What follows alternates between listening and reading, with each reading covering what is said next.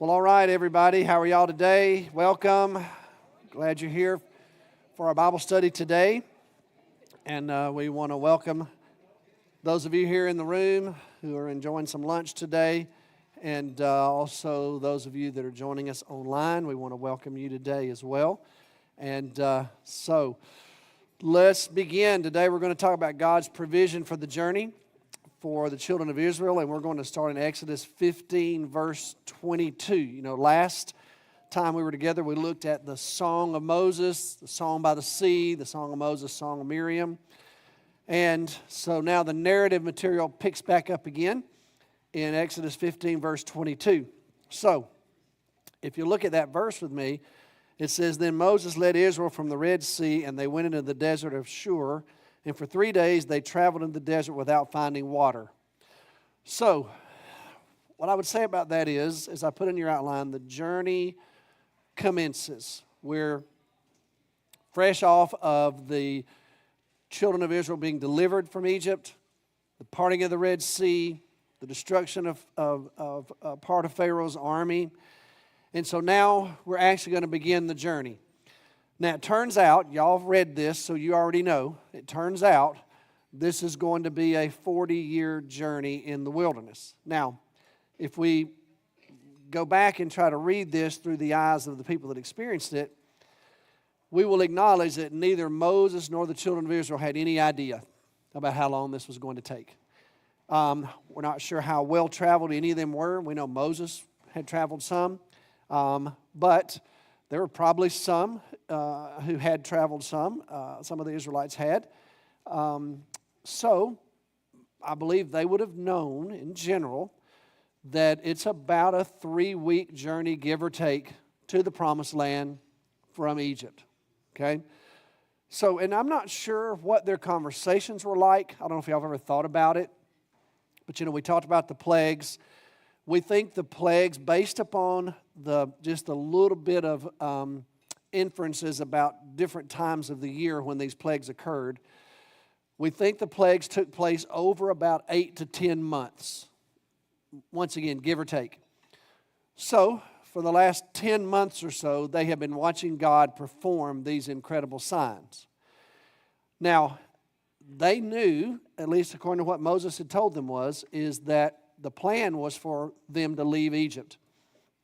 And so I don't know what all they talked about. I don't know if y'all have ever thought about it. Do you think particularly Moses and Aaron had conversations like, so, how long do you think this is going to take? Which route do you think we should follow? Should we go north? Should we take the southern route to the Promised Land? Who all might be in our way?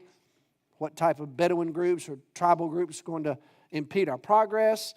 I highly doubt, and I could be wrong, but I highly doubt that in any conversation that Moses had with anyone, when they asked the question, wonder how long it would take, that anybody would say, probably about 40 years. I don't think that's what was in their minds. They were probably assuming they were going to go straight forth to the Promised Land.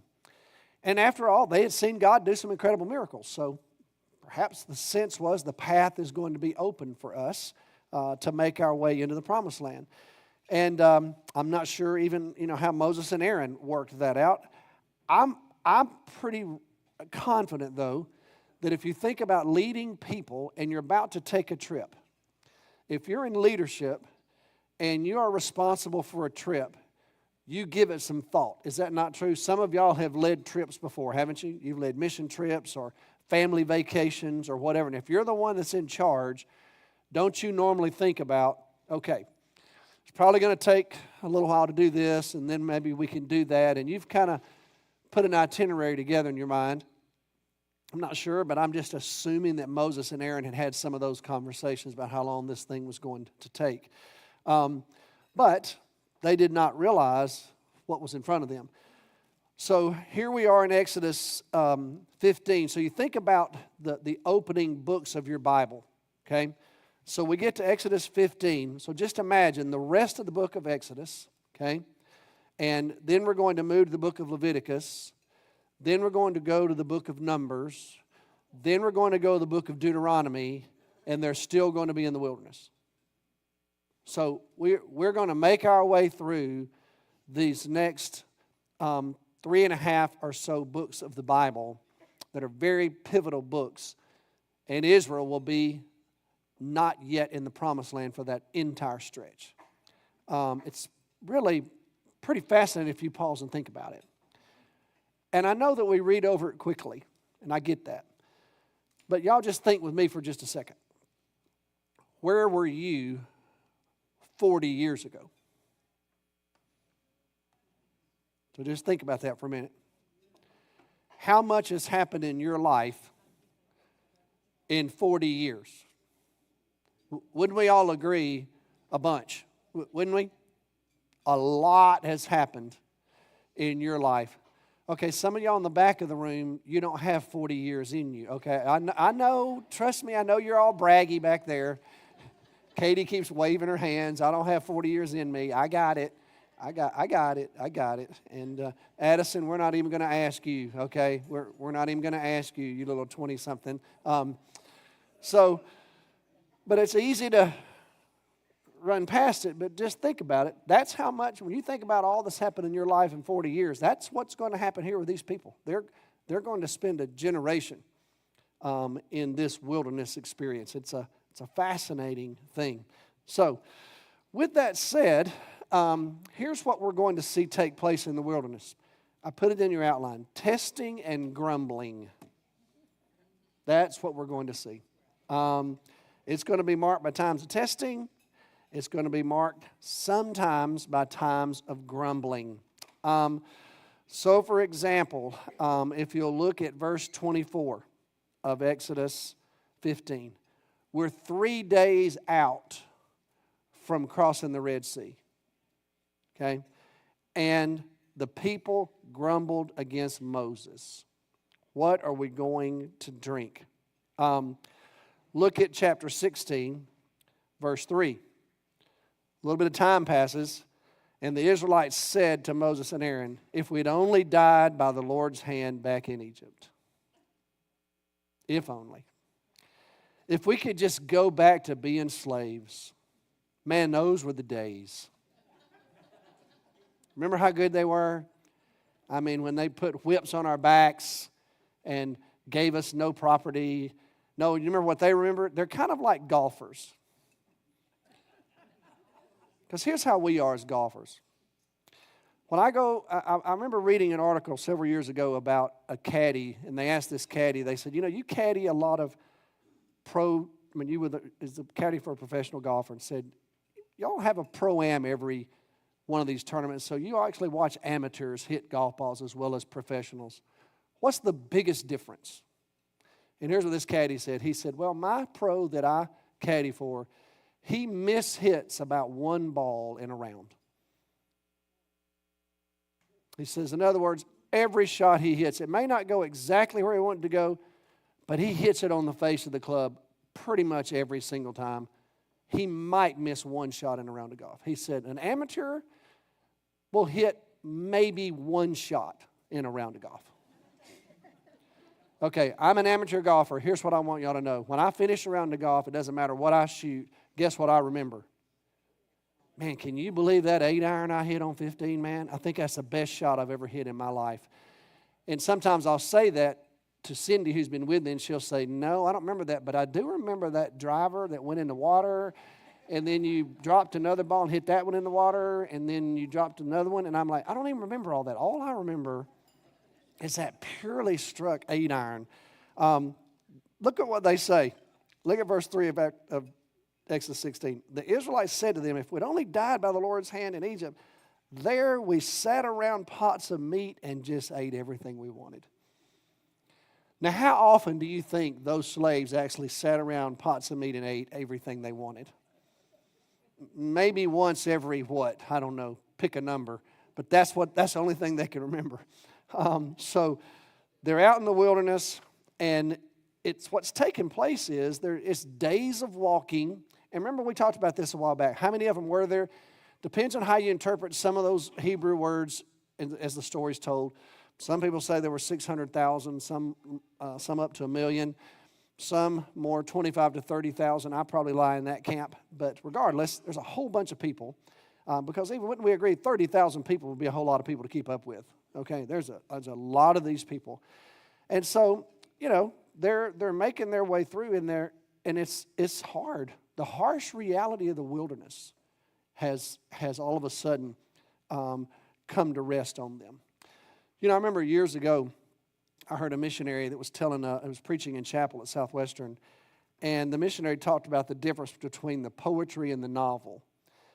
And here's what he told us. He said, "Man, when I was young and I was going to church and I felt the call to missions," he said it sounded so exotic to me, just so exciting to me. Go to another culture, live in another country, learn another language, experience God's hand in just some incredible ways. And he said, "I call that the poetry of my calling." He said, "I get to the mission field," and he said, "I'd been there for a little while," and he said, "My wife was having a really hard time. Our children were young. The children weren't adapting very well. We were struggling in our marriage and trying to figure out how to handle life and handle these children. But I was a missionary. I had a responsibility." And he said, one day I had met with a local leader, and they had shared with me that they want me to come back and tell the story of Jesus in this particular village. He said, so we made plans. They were all going to come. They were going to bring their leaders. All this stuff was going to happen. He said, and so I go home and explain it all to my wife, and she says to me, "You can't leave right now." One of the kids was really sick. There was just all this kind of stuff that was going. The situation is, you just can't go, and it's just not a good time. And he said, "No, I'm going to go." He said, I've got to go. I've made a promise." He said, so I drive down this long road. The road ends. I have to meet a guy there. I rent a donkey. He said, I ride on this donkey for a day. We have to camp out at night. We spend the night in a tent. We get up the next morning. We ride the donkey the rest of the way. He said, I finally get to the village, and the leaders have all forgotten about the meeting, and they're all out working in their farms, and no one comes. He said, so I had to turn around, get on the donkey, ride it back a day, spend the next night in a tent, get the donkey back to the road, get in my car, come home. And when I get home, my wife says, well, I told you shouldn't go. The kid is sicker than when you left. Please tell me you had an incredible revival. And he said, actually, nobody came. He said, that's the novel of my missionary life. He said, so if the poetry takes you to the mission field, the novel will send you home. Does that make sense? In other words, the harsh reality. Well, if there was any poetry about being delivered by God, on your way to the promised land, plagues, parting the Red Sea, well, the novel of having nothing to eat or drink is going to drive you crazy. Does that make sense? Sometimes we can be really harsh on these people, and I get it. But here's the thing. They're traveling through a pretty difficult terrain. And as I put in your outline, in this part of the world, this is going to present some practical challenges. 2 of them, water and food. What are we going to drink? And what are we going to eat? And these are pastoral people. So even if they have animals with them, if y'all know anything about pastoral people, they are loath to kill their own animals. Many times, particularly if they're traveling, that's just not what they do. It's very common that they purchase meat. They don't kill their own meat. And so who knows what all they had with them, but the bottom line is they needed to eat and drink. So you get to chapter 15, verse 22, verse 23, and they're thirsty. So look at what happens to them. They get to Marah, and they couldn't drink the water because it was bitter. That's why it was called that. Well, when you just study archaeology in that part of the world, and you try to figure out the route that the Israelites were on. Probably in the back of all of y'all's Bibles, you've got maps of kind of the conjecture of this is how we think the Israelites journeyed. They made their way down to the southern part of Sinai, Saudi Arabia, we would call it today. We think that's the direction that they went. Some of the challenges is the names of those places have changed through the years, as you might imagine, because remember, we're talking about 3,500 years ago. This is a long time ago, okay? So we don't know for sure. We do know this. All along the way in that part of the world, though, there are springs and oases and wells. There are a lot of artisan wells in that part of the world. That typically produces water that has lots of chemicals in it. So it has a certain taste to it. So it wouldn't be uncommon to come across a well or a spring and it would taste bitter. And so, well, Moses, if you remember, Moses has lived out in that part of the world. He's been in Midian for 40 years. And so he's been a shepherd. He's been out with his sheep. He's probably encountered this kind of thing before. They had all kind of tricks that they would use to sweeten the water. And so it wasn't uncommon for them to use certain types of wood that they would actually place in wells or in pools of water to offset the taste. It's kind of like living in Pantego. Okay, I didn't say that out loud. I didn't. Okay, I'm sorry.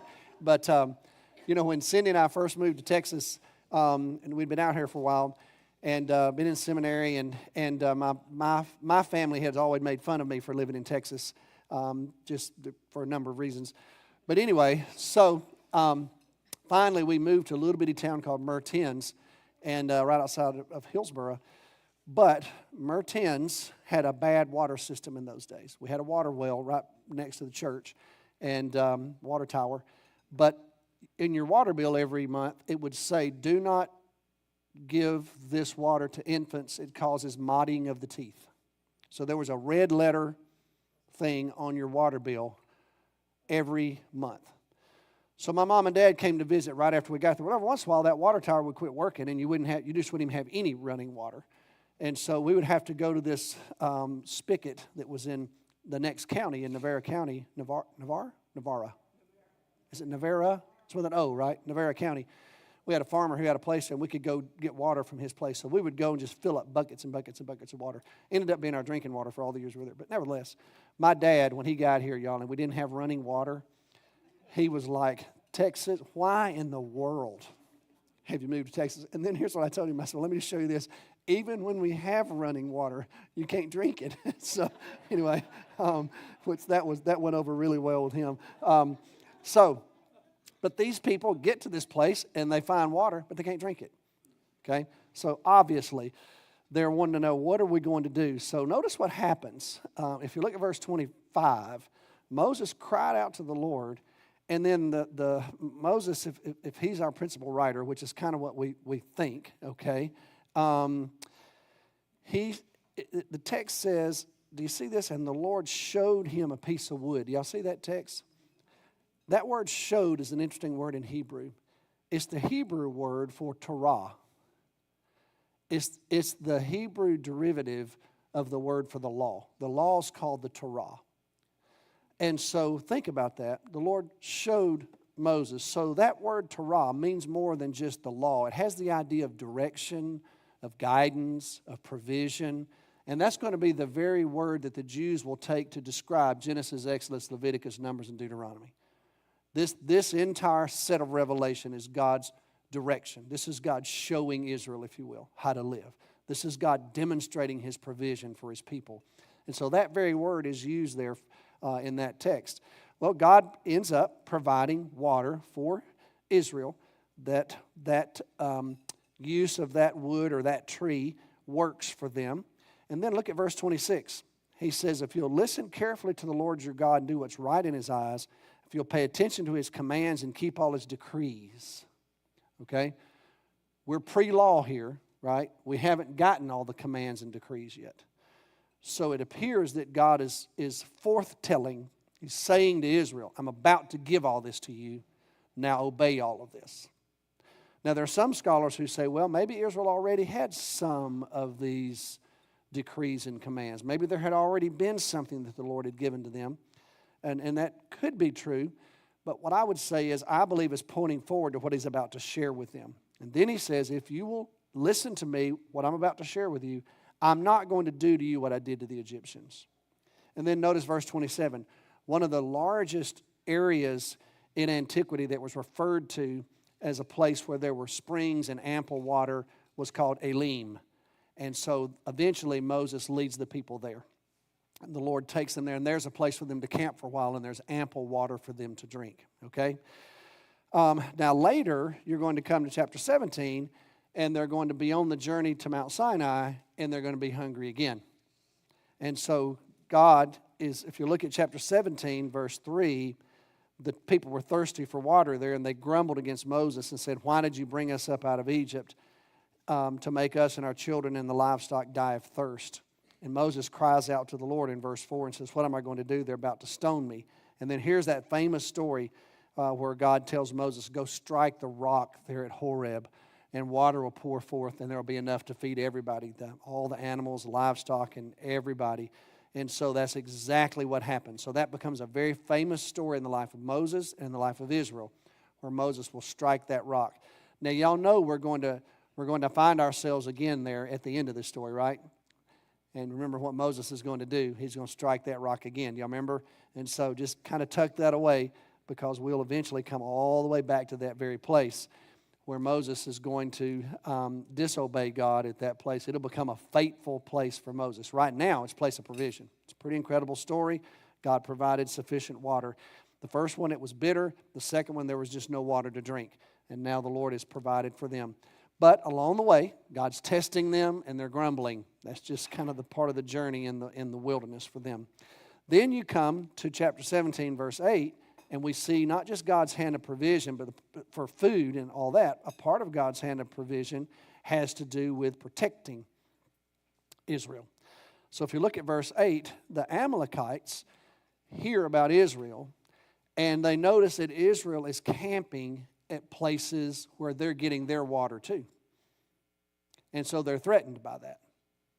And so they're deciding, this is actually going to happen to them when they get to Canaan. These tribal groups, these Bedouin communities, they're watching this horde of people come across the wilderness, and now they're accessing their resources.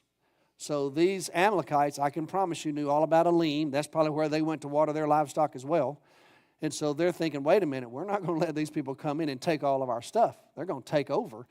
And so they attack, okay? And, well, y'all remember this story. Moses, let's look at it in verse 8 of chapter 17. They came and they attacked the Israelites at Rephidim. Now Joshua appears. So Moses says to Joshua, "Choose some of our men and go out and fight the Amalekites. Tomorrow I will stand on top of the hill with the staff of God in my hands." And so Moses already has in his mind that God is going to provide for his people. And this is not just going to be something that's dependent upon their ability alone. Now, they're going to have to participate, and they're going to have to go fight, but Moses is going to stand on their behalf. And so we have that other famous story where Moses stands on the mountain with Aaron and Hur beside him. Remember, as long as Moses had his staff up in the air, the Israelites would win the battle. And then once he got tired, y'all remember, then they would wane. And so Aaron and Hur stood on either side of him, held his arms up, and they were able to defeat the Amalekites. This was a huge victory for Israel because at this point, they're untested militarily. We have no idea how they thought about being able to defend themselves. And I can promise you the Amalekites were not untested. These people had fought before. You know, they're survivors. They're people who live out in the wilderness. And so they're accustomed to engaging in battle. And so I'm assuming they just thought they would rout the Israelites. But God provided once again for the Israelites so that they wouldn't be destroyed by the Amalekites. Now, that's just a little precursor of what's to come.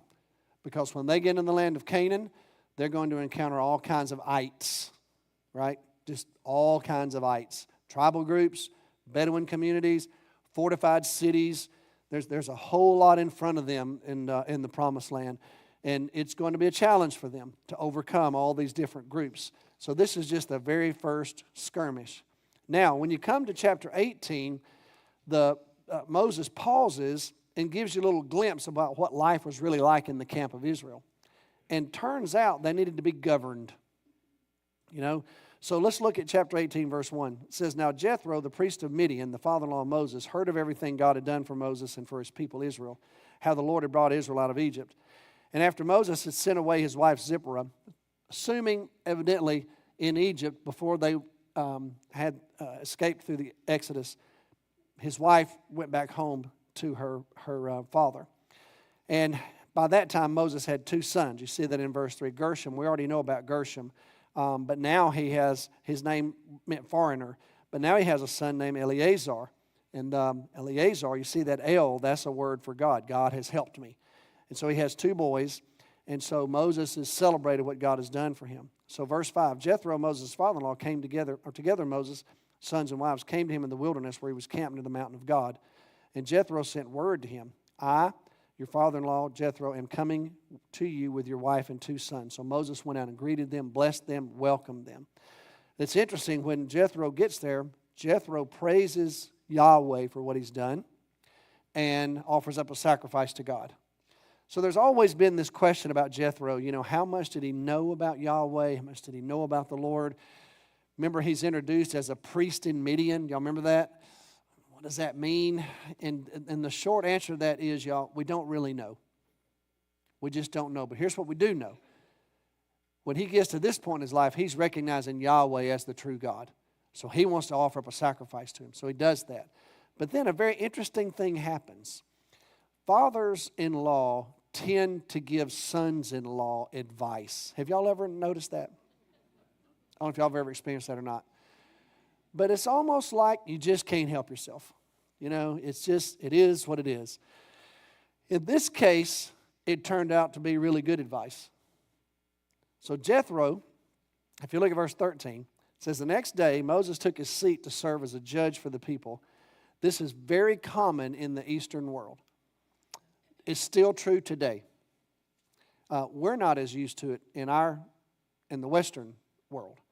So, for example, none of us in this room probably think that we could go to Washington, D.C., and on a certain point of time, just on a given day, that President Biden would just have a day for anybody to come in and ask questions and be given some kind of counsel.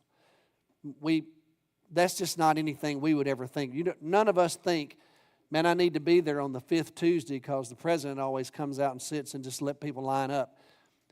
The Eastern world rulers do that even to this day. So it's just not uncommon for subjects to be able to appear before their kings and their chieftains. And so that was the practice then. And so we even believe that's something Pharaoh did. Think about how many times Moses and Aaron came to Pharaoh. So that's very common in that part of the world. So Moses is following suit. He has a certain time where he lets people come and just tell him what's going on. What are the troubles? What are the problems? So in verse 13 it says, he took his seat to serve as a judge for the people, and they stood around him from morning to evening. When his father-in-law saw that all that Moses was doing for the people, he said, what are you doing? And why are you doing this all by yourself? And don't you have other competent people? Don't you know that you play a signature role in the life of Israel? And maybe what you need to do is start paying attention to things that you can only uniquely do.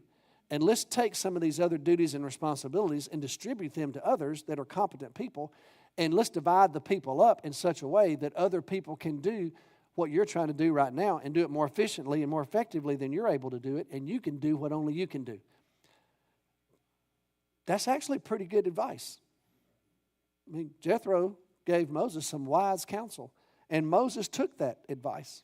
And so Moses, look at verse 24. I'm sure every father-in-law is waiting to hear this. Moses listened to his father-in-law, okay? But the thing is, it made everybody's life more effective and more efficient and built a system of governance that could work. It's a pretty good principle to put into place. I would tell y'all that's one of the things that we actually try to do even around here. We try to put people in the right places, give them the right sense of responsibility, and let other people do what only they can do. It's a challenge to pull that off, but I think it's the best way to do it. And so I'm grateful that it's just interesting the kinds of things that make it into the Bible. Isn't it? I mean, all the stories that happen in the book of Exodus, this one gets in. It's kind of fascinating to me. But I think Moses recognized the wisdom of it, and that's one of the reasons he wrote it down. This was a really, really good piece of advice and a structure that was put in place. Now, while all that is happening, y'all, Israel is being delivered, and there's all kinds of things taking place. Another issue they're dealing with is they're hungry. Okay? They're not just thirsty. They're not just worried about the Amalekites. Go back to chapter 16. They need to eat. So here's a fascinating story to me. So God says to them, I'm going to provide for you. Look at verse 4 of chapter 16. He says to Moses, I'm going to rain down bread from heaven for you. And the people are to go out each day and gather enough for that day. And I will test them in this, he says. And let's just see if they'll follow my instructions. And here's what he tells them. Every day of the week, go out and get enough of this food I'm going to give you and take it back to your tent and use it to provide for your family. But on the sixth day, get double. Okay? On the sixth day, get double. And that way, on the seventh day, you don't go out and gather anything. You just use what you have. Then he says, now don't get too much and hoard it, because if you get too much and hoard it, and you don't trust me to give you what you need tomorrow, it's going to spoil in your tent. So the Israelites get up that next day, and what do they see out all across the desert? Yeah, and you know what manna means in Hebrew. What is that? That's the question. Manna, manu, means, what is that? That's what they called it. What is that? Okay, it's interesting. That's the name of it. Well, it turns out what it was, what? Can you say what it was? What it was food, okay? But not only that, they said, well, can we have a little bit of meat to go with it? And so the Lord said, well, just so happens I'm going to drop these quail down into the camp every day, and you can go catch them. And so miraculously now, Israel is going to have quail and manna, and they get specific instructions. Don't get too much. Now, y'all know some of them did, right? You read the story. Some of them get too much. It spoils in their tents, okay? Some of them just have a hard time trusting that there's going to be something there tomorrow. I get that. What does the Lord's Prayer say? Give us this day our daily bread. In other words, we're only supposed to ask the Lord for what we need today. You know? And so there's a journey of trust here, of trusting God to provide. And God does it miraculously. And then he adds on top of it meat, and he takes care of them. And then you get this little note. If you look at it in Exodus 16, we're pretty sure this little text here Moses did not write. Probably whoever ended up collecting Moses' writings. Look at Acts 16, verse 34.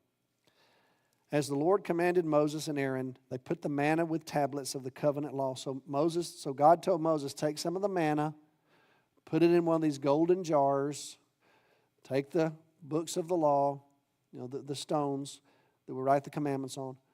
You're going to hold on to them for the next generations. So they did that, okay, so that it might be preserved. Verse 35, the Israelites ate manna 40 years until they came to a land that was settled. They ate manna until they reached the border of Canaan. So evidently, an editor added this after all this was done just to say, hey, that manna thing worked. We ate it for 40 years.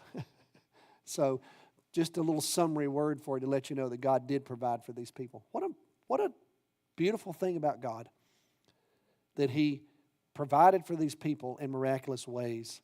Now, I dare say that any of us in this room, if we were asked to, we could all give a testimony about seasons in our lives where God's provided for us in ways that we probably never have been able to explain. Couldn't we? There are times when we've seen God's hand and it's like manna from heaven. It's like, wow, I don't know how that happened, but it happened. That's just our God. He is a God of provision, and he's a God who cares. And during that whole time, y'all, his glory's on display. His glory. Now, sometimes his glory is stated very specifically. Look at chapter 16, verse 10. Here's where it's stated specifically. Moses told Aaron, say to the entire Israelite community, come before the Lord, for he's heard your grumbling. Verse 9. While Aaron was speaking to the whole Israelite community, they looked toward the desert, and there was the glory of the Lord appearing in a cloud. So sometimes the glory of the Lord was in that cloud. We'll see the glory of the Lord at the end of the book of Exodus, when the tent of meeting is dedicated, chapter 40, verse 34. The glory of God descends. Moses can't even go in because of it. But I would submit to y'all, every morning when you got up and there was manna to eat, the glory of the Lord was on display. Wouldn't you agree? I mean, do you think at night you're going to bed having a conversation, you think there's going to be anything to eat tomorrow? I don't know. You got any manna left? No, we tried that one time. Didn't turn out well. How cool was it to wake up every morning and there it all was? The glory of the Lord is on display. Well, I would tell y'all, I believe the glory of the Lord is on display today in very similar ways, and the way he provides for us and the things that he's already done for us. And sometimes we may not see it that way. We're looking for that glory in a cloud. But actually, the glory of God's already on display in your life. Look at what He's already done. Look at what He continues to do in your life and how He is a God of provision. And so the glory of the Lord, the Israelites would follow Him and experience it, but they experience it on an everyday basis, which I think you and I do as well. So what a remarkable story, y'all. God's providing for Israel. He's helping Moses get wiser. He's protecting them from enemies. He's giving them what they need for the everyday.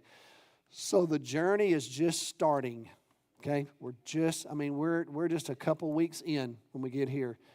And so we got a long road ahead of us to see the hand of God providing for these people. All right, I'm going to stop right there. So those of you who join us online, blessings. We'll see you next week. Okay.